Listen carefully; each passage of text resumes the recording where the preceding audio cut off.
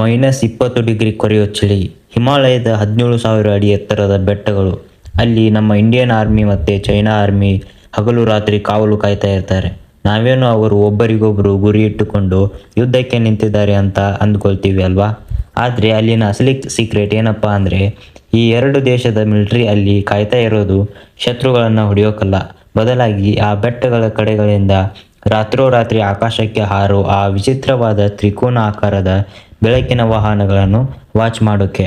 ಹೌದು, ಅಮೆರಿಕದ ಏರಿಯಾ 51 ಬಗ್ಗೆ ನಾವೆಲ್ಲ ಕೇಳಿದ್ದೀವಿ.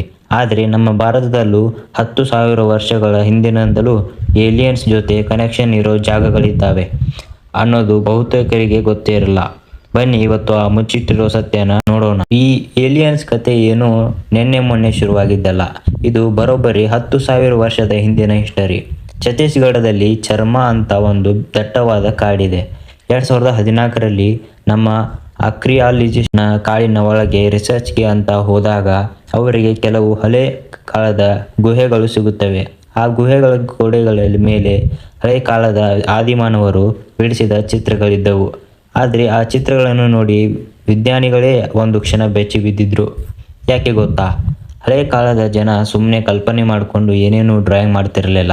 ಅವರು ತಮ್ಮ ಕಣ್ಣೆದುರು ಏನು ನೋಡಿದ್ರು ಅದನ್ನೇ ಕಲ್ಲಿನ ಮೇಲೆ ಕೆತ್ತುತ್ತಾ ಇದ್ದರು. ಆ ಗುಹೆಯ ಚಿತ್ರಗಳಲ್ಲಿ ಮುಖ, ಕಣ್ಣು, ಮೂಗು ಏನೇನೂ ಇಲ್ಲದ, ತಲೆಗೆ ಸ್ಪೇಸ್ ಹೆಲ್ಮೆಟ್ ಥರ ಹಾಕಿಕೊಂಡಿರೋ ಜೀವಿಗಳ ಚಿತ್ರಗಳಿದ್ದವು. ಅಷ್ಟೇ ಅಲ್ಲ, 3 ಕಾಲುಗಳಿರೋ ಹಾರೋ ತಟ್ಟೆಗಳ ಚಿತ್ರ ಕೂಡ ಸ್ಪಷ್ಟವಾಗಿತ್ತು. ಹಾಗಾದರೆ 10,000 ವರ್ಷದ ಹಿಂದೆ ಆ ಗುಹೆಯ ಹತ್ರ ಆಕಾಶದಿಂದ ಇಳಿದು ಬಂದಿದ್ದ ಆ ಜೀವಿಗಳು ಯಾವರು? ಇವತ್ತಿಗೂ ಅಲ್ಲಿನ ಲೋಕಲ್ ಜನ ಆ ಜೀವಿಗಳನ್ನು ರೋಹೆಲಾ ಅಂದರೆ ಆಕಾಶದಿಂದ ಬಂದ ದೇವತೆಗಳು ಅಂತ ಪೂಜೆ ಮಾಡ್ತಾರೆ. ಸರಿ, ಈ ಗುಹೆಯ ಚಿತ್ರಗಳನ್ನು ಬಿಟ್ಟು ಬಿಡೋಣ.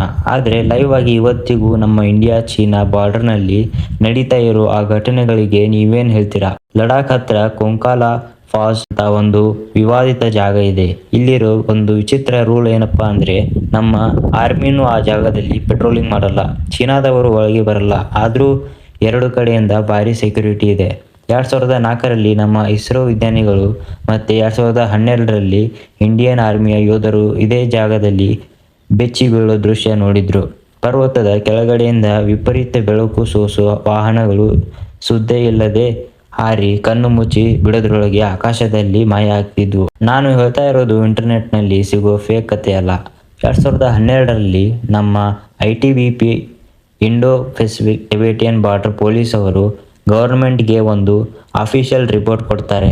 ಬರೀ 3 ತಿಂಗಳಲ್ಲಿ ಆ ಪಾಂಗಾಂಗ್ ಸರೋವರದ ಹತ್ರ 100ಕ್ಕೂ ಹೆಚ್ಚು UFOಗಳನ್ನು ನಾವು ನೋಡಿದ್ದೀವಿ ಅಂತ ಆ ರಿಪೋರ್ಟ್ನಲ್ಲಿ ಕ್ಲಿಯರ್ ಆಗಿ ಬರೆದಿದ್ದಾರೆ. ಸೈಂಟಿಸ್ಟ್ಗಳು ಹೇಳೋ ಪ್ರಕಾರ ಅಲ್ಲಿನ ಭೂಮಿಯ ಕೆಳಗಡೆ ಟೆಕ್ಟೋನಿಕ್ ಪ್ಲೇಟ್ಸ್ ಮಧ್ಯೆ ಬೃಹತ್ ಗ್ಯಾಪ್ ಇದೆ.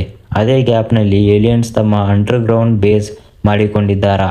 ನೀವು ಗೂಗಲ್ ಅರ್ತ್ ನಲ್ಲಿ ಹೋಗಿ ಆ ಜಾಗವನ್ನು ಜೂಮ್ ಮಾಡಿ ನೋಡಿದರೆ ಕೆಲವೊಂದು ಸ್ಪಾಟ್ಗಳನ್ನು ಉದ್ದೇಶಪೂರ್ವಕವಾಗಿ ಬ್ಲರ್ ಮಾಡಿರೋದು ಕಾಣಿಸುತ್ತೆ. ನಾವೇನೋ ಬ್ರಹ್ಮಾಂಡದ ಬಗ್ಗೆ ತಿಳ್ಕೊಳ್ತೀವಿ ಅಂತ ಕೋಟಿ ಖರ್ಚು ಮಾಡಿ ಮಂಗಳ ಚಂದ್ರನ ಕಡೆ ರಾಕೆಟ್ ಬಿಡ್ತಾ ಇದ್ದೀವಿ. ಆದರೆ ನಮಗಿಂತ 1000 ಪಟ್ಟು ಪವರ್ಫುಲ್ ಆಗಿರೋ ಜೀವಿಗಳು ನಮ್ಮದೇ ಗಡಿಯಲ್ಲಿ ನಮ್ಮ ಕಾಲು ಕೆಳಗಡೆನೆ ನಿಶ್ಶಬ್ದವಾಗಿ ನಮ್ಮನ್ನೇ ವಾಚ್ ಮಾಡ್ತಾ ಇರಬಹುದು ಅಲ್ವಾ? ಭೂಮಿಯ ಮೇಲಿನ ಅತಿ ದೊಡ್ಡ ರಹಸ್ಯಗಳು ಆಕಾಶದಲ್ಲಿ ಇಲ್ಲ. ಅವು ನಮ್ಮದೇ ಕತ್ತಲ ಗುಹೆಗಳಲ್ಲಿ ನಮಗೋಸ್ಕರ ಕಾಯ್ತಾ ಇದ್ದಾವೆ.